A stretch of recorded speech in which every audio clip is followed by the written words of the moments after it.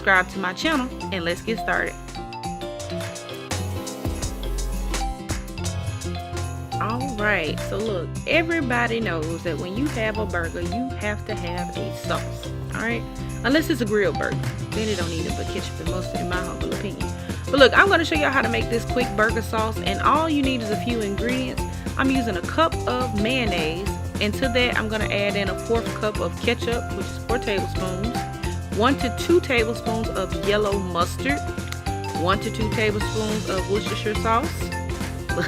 Y'all, I'm a pro now at the word. I'm a pro. Do y'all hear me? Okay, I'm using the Wickles 2 tablespoons sweet relish. That's one of my favorite relishes to use.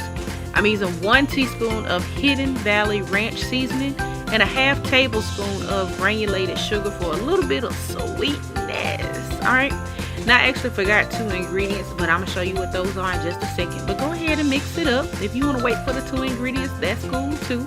And they are simply just a little bit of black pepper.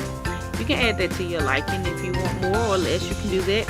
And I'm also adding in some paprika to make the sauce just a little bit darker.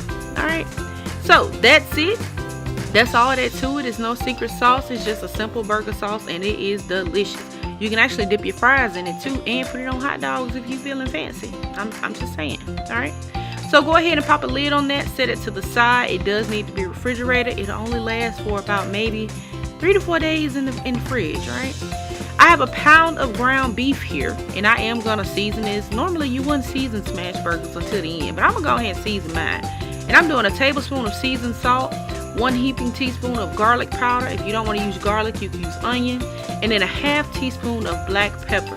And I'm just gonna take this spoon, and I'm not mashing it, I'm not pressing it, I'm literally just folding it, just so that seasoning can get nice and coated all over the meat.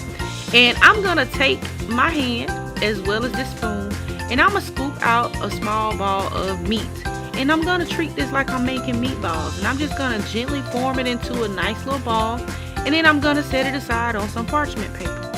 Now, if you would like to, you can use a scale to make sure that each patty is equal and accurate, but honey, these burgers going in my stomach regardless if they're 3 ounces or 5 ounces, right? And I actually like my smash burgers a little bit on the thicker side. I mean, sue me, they're supposed to be thin and crispy, but I like mine on the thicker side. If you want a thinner patty, use 3 ounces of meat. If not, go for it, go crazy, go ham with it, alright? And that should make about 8 patties or 6. Now here, I'm going to toast up my buns right quick. I am using potato rolls, y'all. I'm telling you, this is the best bread to use. Just grab you some potato rolls out the store. If you don't want to use those, you can use your bread of your choice. It's up to you. And I'm just going to toast them over a little bit of oil. You can use butter if you like. Butter on my bread though, so that's why I'm using oil. And you don't have to toast both sides. It's just really hot. I didn't want to burn my finger, y'all, so I just kind of flipped them over and then grabbed them up, okay? But add a little bit more oil to your pan. We're over medium heat, and you want to make sure your skillet is hot, okay?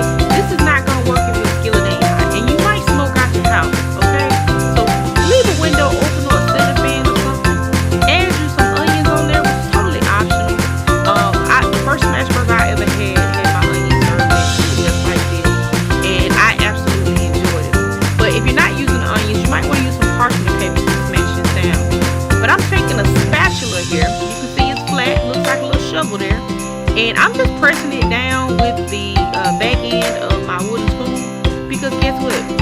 I don't have a burger press, and I mean, you gotta make do with what you got. So that's just what it is. And you're gonna cook that on one side for 2 minutes and check that out. Look at that. Look at how crispy that has. You're gonna smash it to where it's thin, alright?